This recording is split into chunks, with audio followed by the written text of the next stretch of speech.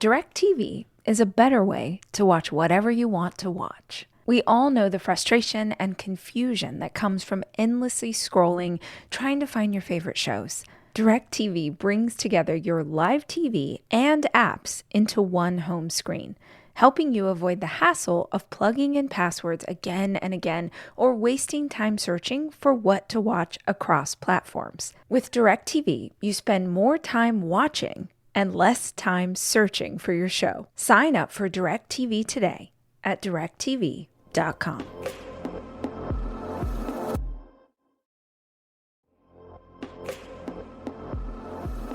It's time to play ball. My son has been working with his baseball team since the fall, and we are officially in baseball season. So if you're a mama like me and you got to stock up on all the sporting gear, now is the time. Academy Sports and Outdoors has the gear that you need, and you can bring it home for less. Gear up for baseball, softball, and t-ball with essentials from Easton, Rawlings, and Wilson at Academy. Academy offers free 1-hour in-store or curbside pickup if you're like me and you forgot to get the equipment in time. Swing by your local store or shopacademy.com today and get ready to hit it out of the park. There is an ancient pattern that has thousands of years of wisdom undergirding it. But what exactly will happen, the whole thing is a mystery. We don't know exactly where it's headed. All we know is spirit is always lurking in whatever the mess is. That's the invitation of a spiritual vision for life. Whatever the churning dark waters are, spirit is in them.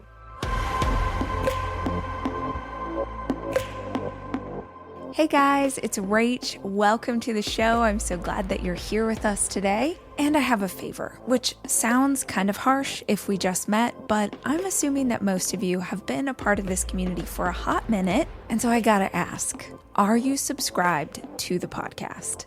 Subscribing to the podcast you listen to regularly is one of the best things that you can do for hosts like me. It helps to support the show and the staff that works on it. It ensures that you never miss an episode when we drop a new one. And here's the cool thing about subscribing. If you do it and then you hate this show, just unsubscribe. It's one click away. In the meantime, if you're listening, we would so appreciate it if you would just tap that button and make it official.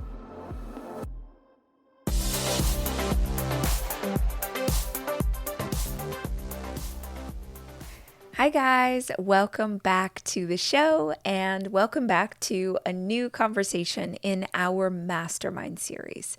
If you've never listened to one of these before, these are where I gather the best of the best, the experts, the authors, the teachers, the thought leaders that I have interviewed over the last 8+ years of doing this show, and we pick a single topic and share 10 minutes from each expert. Today we're diving into one of my favorite topics. It's the writer in me, which is the power of storytelling. Because whether or not you realize it, the way you tell your story to yourself and to the world has the power to shape your life, your relationships, and your impact. Whether that's storytelling about your business and what you offer, storytelling about where you want to go in the world, or storytelling about how you feel about yourself, these are all really essential in the way we navigate the world. Over the years, I've had the absolute honor to have conversations with people who live and breathe storytelling. These are writers, speakers, artists, and thought leaders who understand how sharing your truth can inspire change. Today, I'm bringing you the best moments from those interviews so you can learn from the masters themselves. You'll hear from my favorite, Liz Gilbert, the brilliant mind behind Eat, Pray, Love and Big Magic. She's talking about how to tell your story with vulnerability and authenticity. Rob Bell is sort of an icon in storytelling circles. He is the host of the Robcast. He's an author. He shares both the spiritual and emotional power of storytelling. Actor Rainn Wilson, yes, like The Office, Dwight from The Office, actually deeply soulful, very spiritual. And I got to sit down and speak with him about using creativity to create impact. Lastly, you're going to hear from Donald Miller, author and marketing genius. He's going to tell us how understanding your story can completely change the way you do business and also help you get way more leads, way more customers. He is literally the king of the art of storytelling. So whether you want to write your own book, build your brand, or simply tell a more powerful version of your own story, this episode is for you. One thing I can tell you for certain after years and years and years of creative work and also living a life where I've made a lot of scary choices, is that all of us who create anything in the world, whether it's on the huge scale or whether it's on the small, intimate scale, we always begin at the same exact point. So everybody begins at the moment of inspiration, and which is a sacred moment and a holy moment and an exciting moment. And it's a moment where you feel as though your imagination has been captivated by an idea. And then that, I like to think, and it's purely speculation because I don't know how the universe works any better than anyone else does, but just for the purposes of how I live, I like to think that ideas have consciousness and they have will, and they love to interact with humans because we have the antenna to hear them and feel them. And then we also have the labor and the creativity to bring them forth. So I think of creativity as a really mysterious union between a human being's labor and the mysteries of inspiration. And the mysteries of inspiration, we will never quite know what that is, but we all experience it the same way, right? The hairs go up in the back of your neck. You feel a little sick to your stomach, a little nauseous, a little thrilled. You can't sleep. You get jitter. You just get this. It's like falling in love. You get this excitement of the moment of inspiration, and that's I always think of as the moment of invitation when an idea comes to you and says, "Do you want to work with me? Do you want to work with me? And should we make something together?" Me, the mystery, and you, the human. And if you say no, that conversation ends very quickly. And the idea, and that's fine. Like I've said no lots of times to ideas because I was doing something else or it wasn't the right time. So it's saying no is completely legit, but it closes off that invite. And then the idea will go to find somebody else and it'll keep going until it finds somebody who will manifest it, right? But if you say yes, the very, very next sensation that you will experience is terror. And that is going to be true whether it's the first time you've ever said yes to inspiration or whether you're writing your 20th book or starting your 15th company or whatever, or embarking on a new relationship, whatever this thing is that you're saying yes to, the very next thing you can set your clock to it. It is a law of nature. The next thing that you're going to feel is fear. And the reason for that is that our creativity lives in a very recent part of our evolutionary brain. And it's still something that we're learning how to use. It's only about 100,000 years old, maybe a little bit older than that. But your fear is like the deepest evolutionary cortex of your brain. And it has one job. And its one job is to keep you alive. And specifically to keep you alive by preventing you from doing new things. Because your fear, if it doesn't know what something is, then it has an immediate toggle switch that like sounds the klaxon horns like wah, wah, wah, wah, that says like shut it down. Because, and this is your fear talking, I don't know what that thing is and I don't know what the outcome of that thing is going to be. And in order to keep you safe, I have to make sure that you never do anything where I fear cannot perceive what the outcome is going to be. And creativity is a realm where you will never know what the outcome is going to be. And so if you're going to live a creative life, you will be in a constant dance with fear because your fear will always be like, shut it down. This is going to end in your death. Like, this is definitely going to end in, you're writing poetry now. This will end in our death because I don't even know what that is, And so for me, my whole life of creativity has been about establishing a really loving synaptic conversation between my creative mind and my fearful mind, and not trying to throw fear away or kick it out or show it who's boss or do any of the stuff that our culture teaches around fear, because it doesn't work.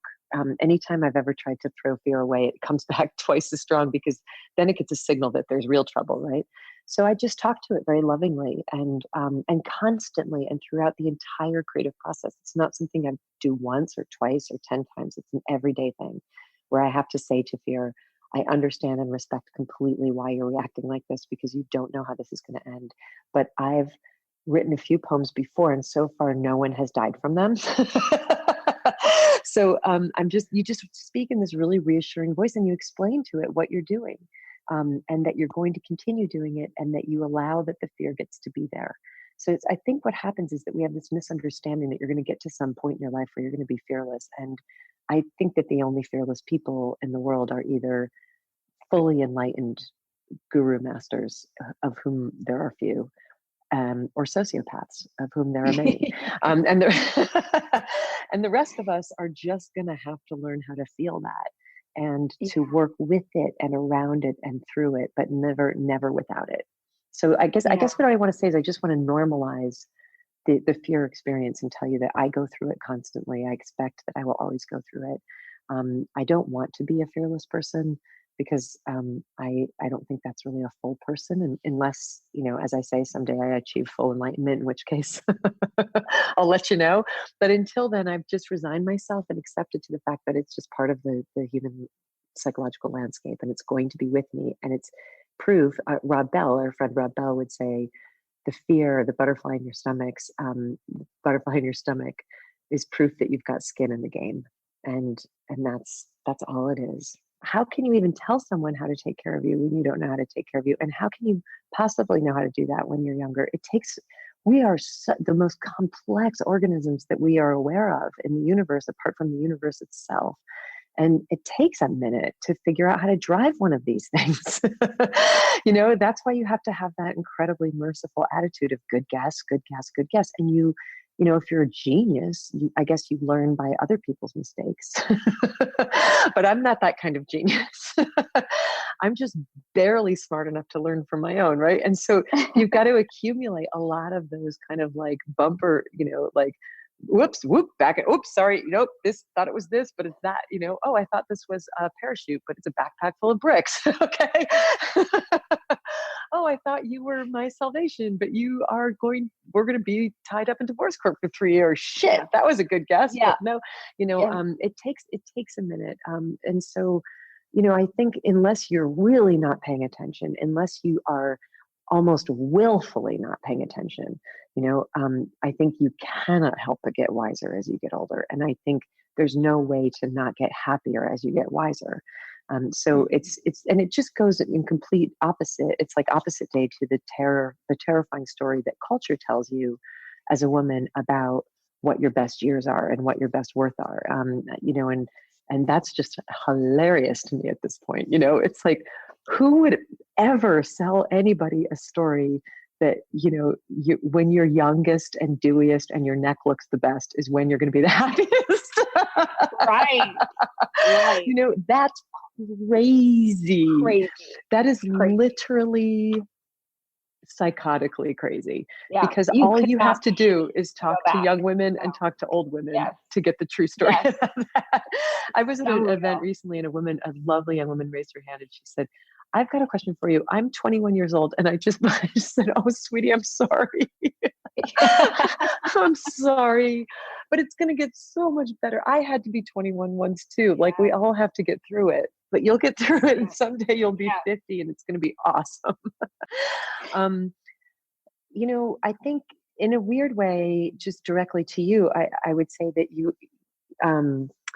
you're fortunate because you already have the experience of writing something that only 10 people read and having that be perfect.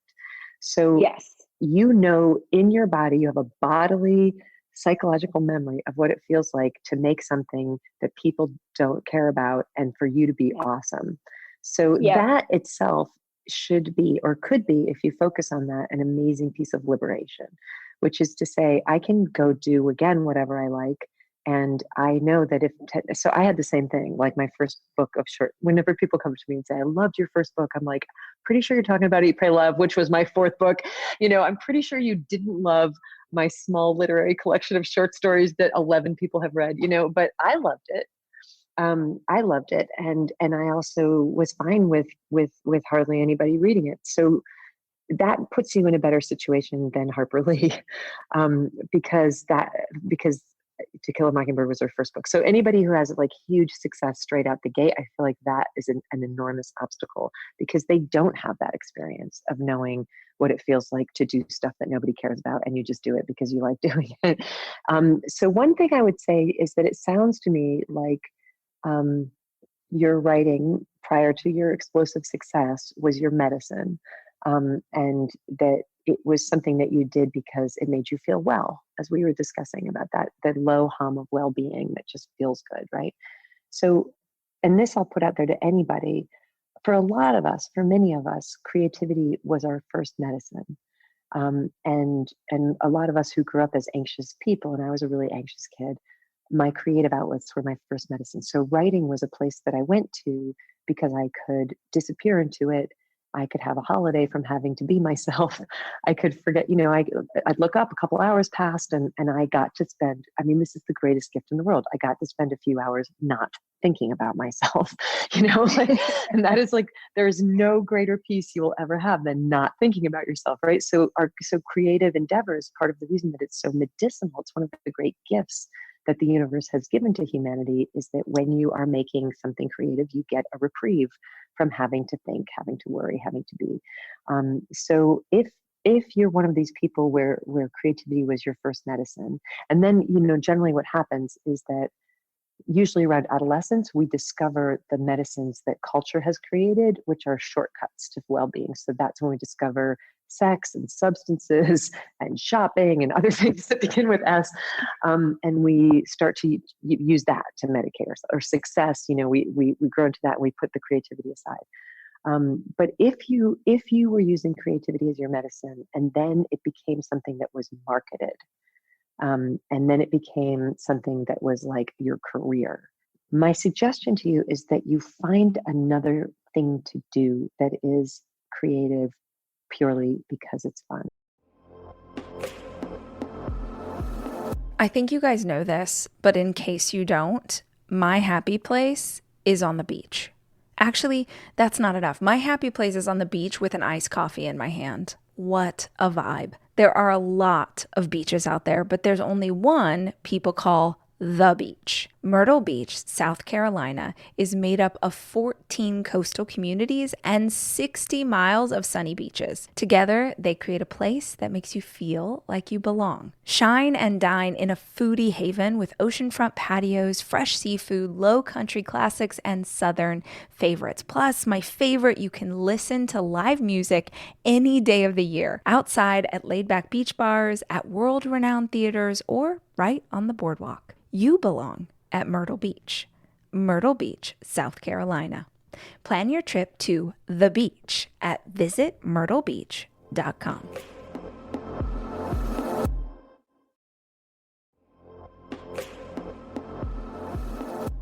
If you've ever learned about nutrition in a way that you didn't know before, and suddenly you're way more thoughtful about what your food is made with, what's on the back of the label, it can be really confusing when you're first starting out to understand what means what you should buy for your family, and what you should leave at the store. Well, now you can spend less time at the grocery store thanks to Thrive Market, your new go-to online grocery store for getting all of your healthy essentials delivered. With over 1,000 harmful ingredients banned from their store, Thrive Market's team of product researchers do the hard work so you don't have to spend all of your time trying to figure out what is in the food you are ordering. Finding better options for your whole family is super easy with Thrive Market's Healthy Swap Scanner. You can scan a product you already have, and it instantly recommends healthier items. Ready to make the switch? Go to thrivemarket.com/Rach for 30% off your first order plus a free $60 gift. That's THRIVE market.com/Rach. thrivemarket.com/Rach. There is an ancient pattern that has thousands of years of wisdom undergirding it. But what exactly will happen, the whole thing is a mystery. we don't know exactly where it's headed. All we know is spirit is always lurking in whatever the mess is. That's the invitation of a spiritual vision for life, is whatever the churning dark waters are, spirit is in them. The endless animating energy that has been unfolding in the universe for 13.8 billion years, making new forms, vast design, and boundless creativity, and invites you to participate within it. That's a short version. Right. So you look at the universe, it starts from a single point. For 13 billion years, it expands. It never stops making new. Within that newness, there's increasing complexity. Within that complexity, atoms bond with atoms to form molecules. For some reason, the universe at its core is energy in relationship. So when people say, I'm just all about relationships, of course you are. This whole thing is a relationship. Yeah. Matter itself, the chair I'm sitting in, the headphones that people are listening to this on, matter, stuff, rocks, trees, animals, bone, tissue is all ultimately energy in relationship. So if you can come to see the universe not as a static, cold, dark place, but as a vibrant, communal relationships of energy, you see how that just that slight shift, and it never stops making more. And scientists are now saying that 4% of the universe is known. We know what the matter that it's made of, but 96% of the universe is dark matter, dark energy, black holes. And scientists don't really know what that even is. So this dark matter, dark energy, which they don't even really know what it is, but agree that it's somehow vital to the nature of the universe. Which to me, the poetry, are you with me on that? Yeah, no. And the poetry alone is stunning. The big questions were always interesting. That was always to me where the juice was, the zhuzh, the magic. But honestly, Rachel, I just followed it where it led. And Kristen and I just organized our life around, we saw the whole thing as an adventure. So let's follow it and see where it goes. So what happened is when I was 28, I was in a band. The band broke up. I went to seminary, got a job at a church. And then I was like, there's got to be some way to do this better. So we started a church and it got really, really, really big.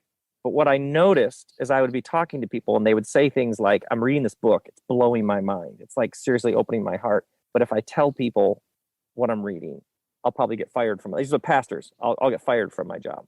And I knew I was probably 29. I can't live like that. Like there's this public show I'm putting on where I acknowledge all this stuff and say this. And then there's actually the stuff that's actually lighting me up. So I just knew I was unable to live split. And Kristen and I had talks about this. Like, well, what if it takes me into some place like that's not okay with the church? What if they're critics? What if, well, I'd have my soul. We'd have our integrity. So I just kept following it.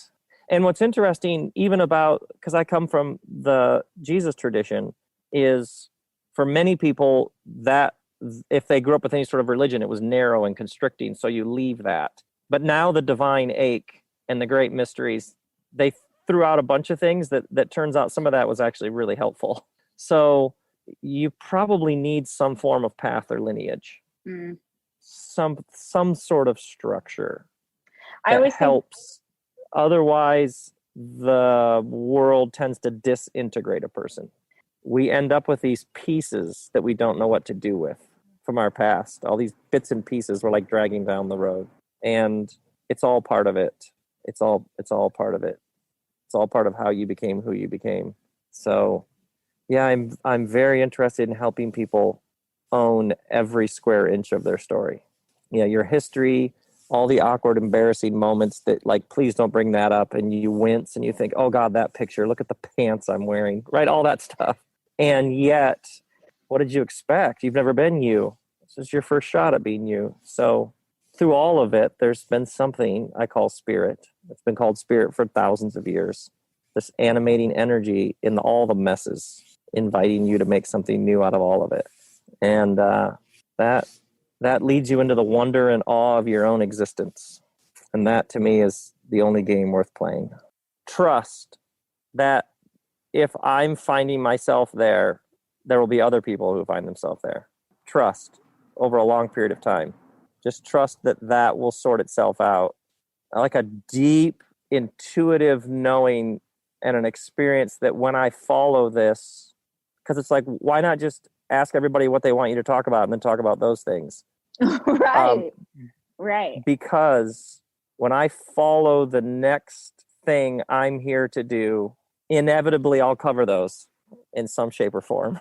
Followers, fans, and admirers are inherently conservative because they came to you because of books 1 through 9, which you already know.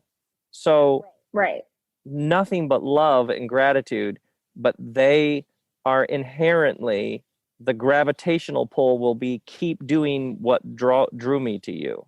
So an artist inevitably comes to this moment of, I either follow the instinct that got me into this in the first place, which may or may not look like previous iterations, or I keep making the thing that I made before and something within me dies.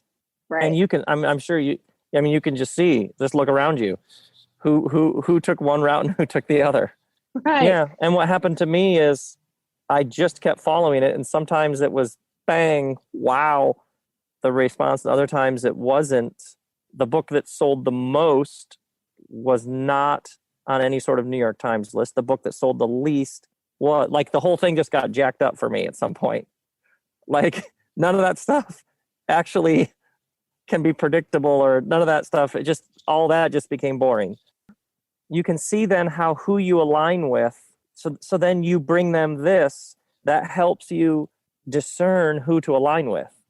Because if you're sitting, I remember sitting with a publisher, my first 3 books, I presented the 4th book, and I got done with this, like, I'm in the corner office, like executive room, you know, those rooms, and I do like a full Rob Bell in the room pictures, like I just go for it. You know what I mean? Like I give them I turn all the knobs to 11, and I finish, that's the book, that's what it's about, here's the title, here's pictures from the book, and I lay it out, and it's quiet, and the publisher says, how will this help your critics? How will this answer your, or something? And it was like this, I have thought, this funny, I haven't thought about this moment since then. Like, oh, this isn't, we're not aligned. Mm. So like for you, you're in interesting territory because you could easily just keep cranking the stuff out. Stay on brand. Totally. My first publisher wanted to have a meeting about my brand, and I refused to go to it. So I was like, what my brand? What are you talking about? I'm like a guy who makes stuff. I don't know what else. Right. Well, we want people to know what to expect. We want to have a sense of that just sounds like death. I don't know. Yeah, so none of that to me is even remotely interesting. It's so boring. It just makes me insane.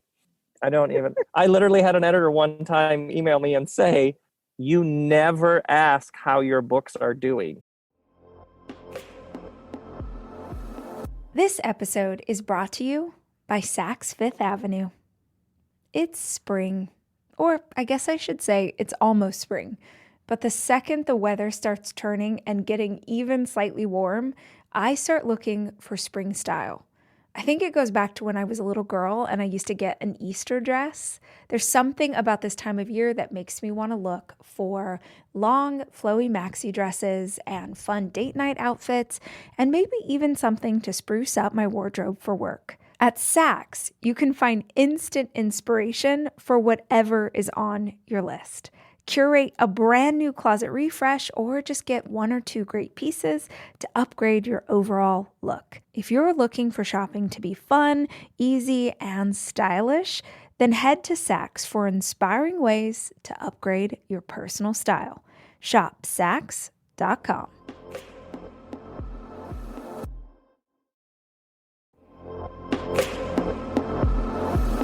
Look, everyone knows that toilet paper is not created equal. Not all rolls are the same.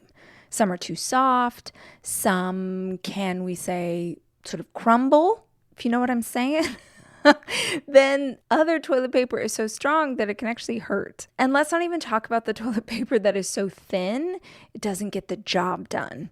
Angel Soft is soft and strong and always affordable. Come on. Life is too short. There's too much going on. I don't want to have to overthink this. So pick up a pack of Angel Soft in the toilet paper aisle of your nearest retailer. That's Angel Soft, soft and strong. Simple.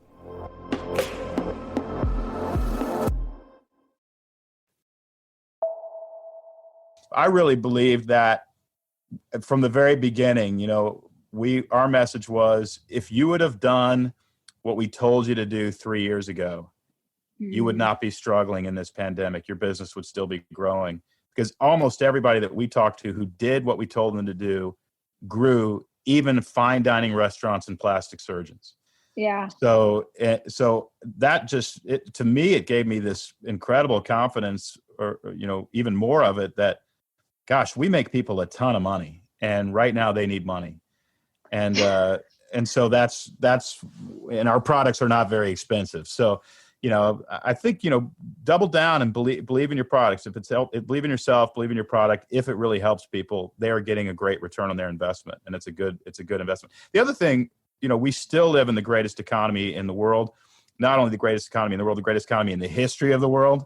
And there are a lot of people who are in industries that have actually grown. So our GDP remains very high. The money is being shifted more toward the upper middle and upper class, and some of our society who are in that lower middle and minimum wage workers are really hurting.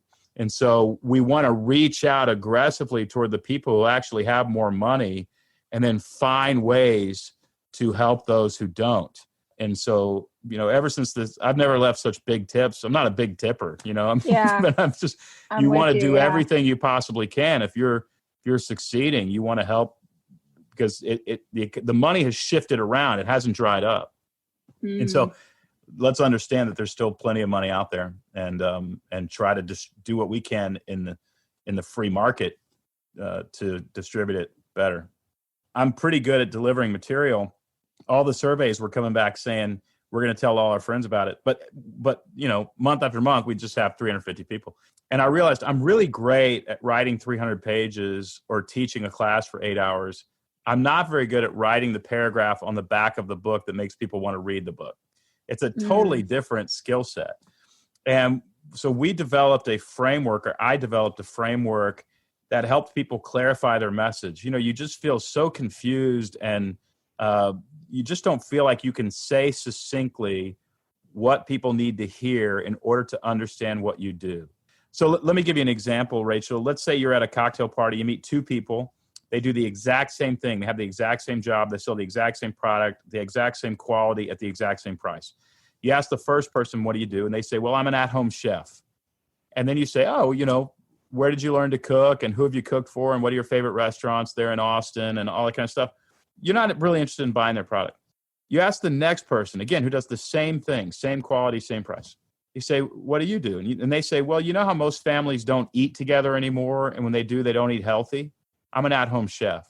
I come to your house, I cook for you, so you can bond with your family, stress-free, and at the end of the night, you don't have to feel guilty for what was on the table. Who's going to do more business, person one or person two?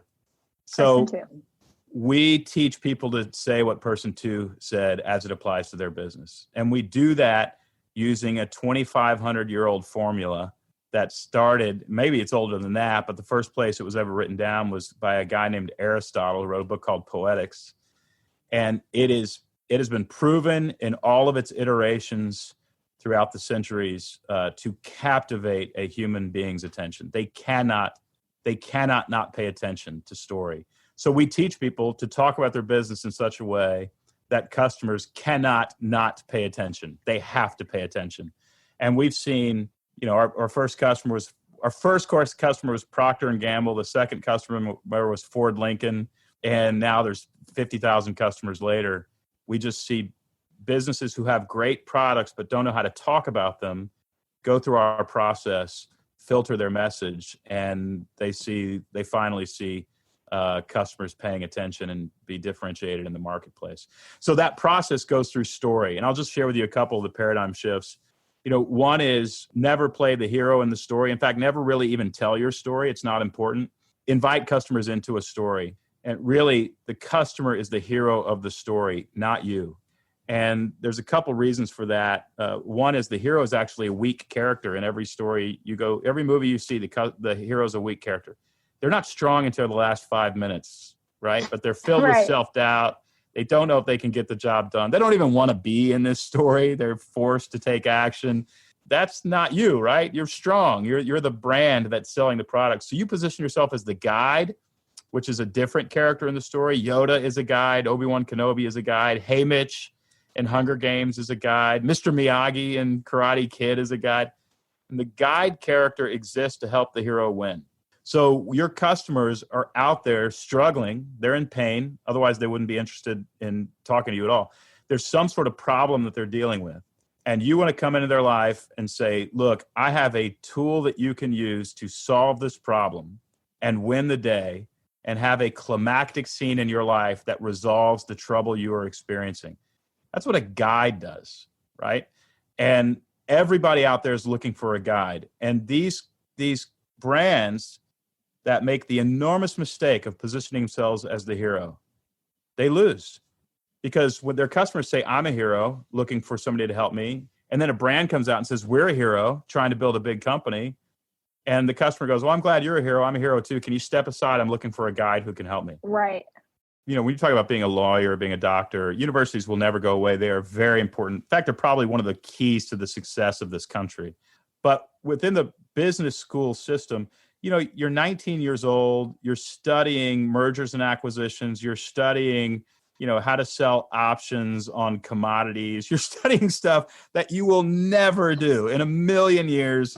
You will never do those things. You're not studying how to clarify a message, how to execute a sales funnel, how to manage people, how to run an execution strategy, how to come up with guiding principles that lead a team. You're not studying any of that stuff.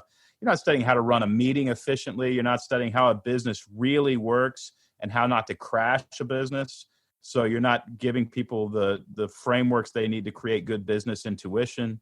And even if you were at 19 years old, you don't remember any of it. I mean, everybody I talk to who's been to business school doesn't remember any of it. And part of that is because you're 19 years old, you're not applying it every day. So what a great opportunity as professionals in our 20s, 30s, and 40s to be able to actually get a micro learning education where we're getting a little bit every day that we actually apply on that day in our office. If you know, I've said to my staff many times, our stated goal is to become $100 million company. The way we will do that is to make everybody else $1 billion. That's it. We will make 100 million if we make somebody else $1 billion. Real. That's it. So our goal is not to make 100 million. Our goal is to make somebody else $1 billion. And that's all we're going to think about. How do we make them $1 billion? And we'll get 100 million and we'll be fine. We'll have a really nice riding lawnmower and whatever else we need. But, we live in the dream. Yeah. So I'm hoping that people read this book and show up and work and say, my boss is paying me a paycheck. I'm going to give them a return on that paycheck they never imagined, and they're going to keep moving me up. A good boss will see that and go, just like a stock, right? If I'm making money off that stock, I'm going to put more money into it. And that's really the only way to move ahead is to give people a great return on their investment. And you and I, as business owners, we have to do that more than anybody else. I mean, the only reason customers are coming and giving me money is because they want more money in return, or they want more peace, or they want more satisfaction in life, or they want a return on that investment. And if we can learn to give people a fantastic return on that investment, we're going to succeed. Nothing's going to stop you. You are deadly if you can do that. Failure is so important for being a human being. Yeah. And, in my advanced age, Rachel, I have the benefit of, the hindsight and kind of looking at that. And I imagine a lot of listeners do too, of like, you can look through your life and go, wow, what key failures actually became transformative successes? And I know for me, like, I got cast in this Broadway show when I was a struggling actor in New York, dirt broke, trying to get by, catering, waiting tables, driving a moving van. And I got cast in a Broadway play. And I knew it was coming up in like 5 months. And that created all this pressure because I was like, oh my gosh, I have to be really good because I'm going to get a New York Times review and I'm going to sign with the William Morris Agency and maybe I'll get nominated for a Tony Award. And I had all of this kind of stuff going on. I was all in my head. I had a terrible rehearsal process. I was really second guessing myself the whole time. I was very tense, very sweaty. And, sure enough, I did a terrible performance. I was bad. I was B-A-D. I was really bad. And people are like, oh, no, I'm sure you weren't that. No, I was really bad. If you had seen that play, you'd be like, that guy's not good. Right. It was hell. It was hell. There's nothing worse. Well, there are things that are worse. Cancer's worse. There's very little that's worse than knowing you suck in a Broadway play. Yeah. And you're doing 8 shows a week and you're on it for 6 months and you're showing up and you're bad and you're trying your best and you're trying to make it better, but you can't really at that point. And it goes on and on and on, show after show after show. My wife was going to graduate school at the time. I would sob to her in the middle of the night. And it was just horrible. And then it ended and I fired my useless agents. And I was just like, you know what? Screw that. I am never doing that again. I'm never going to try and please other people or do something in some way that I think people are looking for and put that kind of pressure on myself. I need to be me. I'm quirky. I'm weird. I need to bring who I am to my roles and not try and be some like ideal Tony nominated New York actor. And I get my clothes at thrift stores and I wear glasses and this is who I am. And I found my voice through a horrible failure. Bad reviews. Yeah. You're a young actor. You're just out of acting school and you get bad review in the New York Times. It sucks. Yeah. It hurts. Yeah. And I really believe that I would never have gotten the office had I not gone through that failure on Broadway. That enabled me to play kind of quirky, weird, alienated characters in a way that a few years later, 5 years later, 6 years later, I was able to, to land the office thanks to one of my biggest failures. Yeah. One of my fears about this mental health epidemic, because I do a lot of talking about it and talking to young people about it and speaking on like college campuses and whatnot. And I address it in my book as well. Like one of the things is like you just said it, and it's medicating and distracting yourself from the pain of being alive, from the dukkha, from the dissatisfaction, right? So what do we do?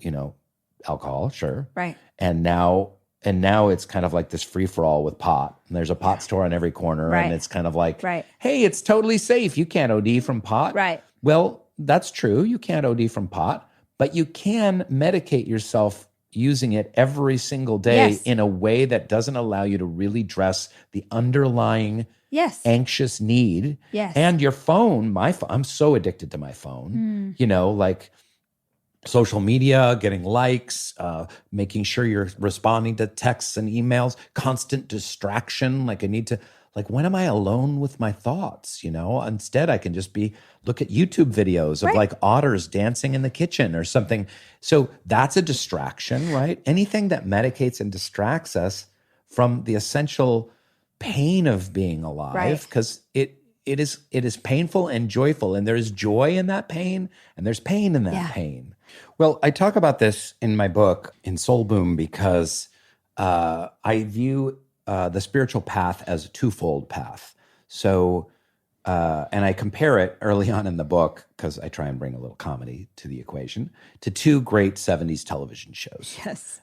Kung Fu and Star Trek. Okay. So Kung Fu, for those who don't know, is about Kwai Chang Caine, who is kicked out of the Shaolin monastery, and he goes to America as a Chinese person in the cowboy days in the 1880s, and he's wandering looking for his brother, but he fights Kung Fu, and he has incredible wisdom that he gained from his training at the monastery, Buddhist wisdom and Taoist wisdom. And so that's one path we take, all of us.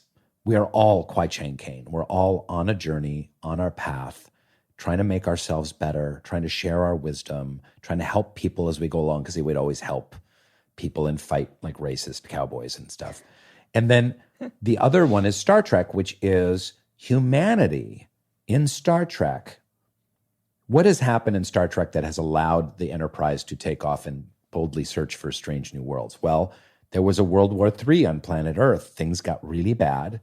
And guess what? Humanity arose to the occasion, found world peace, conquered racism, conquered income inequality, conquered sexism, and lives in harmony with the planet and with science and technology, and is then able to go spread around the universe. And so these are these two paths. So what you're describing, I talk about in my book as well, and it's especially a Los Angeles thing. Oh, it's so a Los Angeles thing. It's a very goop kind of centered thing, which is this kind of narcissistic, everything is narcissism and like me, how does this benefit me? And essentially anything, it's a fine line because self-care is so important, but it's like this yin and the yang. We do self-care so that we can serve others, right? We enrich our inner lives. We study holy writings, we pray, we meditate, we do yoga or a physical practice, we have devotion, we connect with nature, we do all of this work so that we can take that mana, that energy, and we can share it with others, and we can serve others, and we can work at a soup kitchen, and we can raise our children, and we can volunteer at the school, and we can raise money for nonprofits, and we can help our sick friends and whatnot. And then that in turn feeds us again and recharges that spiritual battery so that we can go out and serve more. And so there's this constant yin and yang dance between that Kung Fu and that Star Trek part of ourselves, because then humanity can progress. But as long as we stay in a kind of a spirituality that's all about, I'm going to go do ayahuasca every other weekend and I'm going to meditate 4 hours a day and disassociate my spiritual practice from my daily life and my daily life of service to others, right, and a mission and a purpose, then we're not going to progress as a species on this planet. And guess what? The stakes are really high, Rachel. This is not spirituality for me. And what I try and bring up in the book is it's not a game. It's not a hippy-dippy, airy-fairy, vague kind of crystals and incense type of thing. There's nothing wrong with crystals and incense, but it's a tool that can transform ourselves so that we can help transform humanity and transform our culture and make the world a better place. And those are the spiritual titans that we really admire. Right. You know, the real spiritual challenge is a mother of three on her own in mid-America, working in an office, trying to raise her kids at her church, volunteering her time, right, trying to stay centered and focused and loving and be a good friend and a great mom. And that's really hard. And that's why I think spiritual tools need to be really practical. The Rachel Hollis podcast is produced by me, Rachel Hollis. It's edited by Andrew Weller and Jack Noble.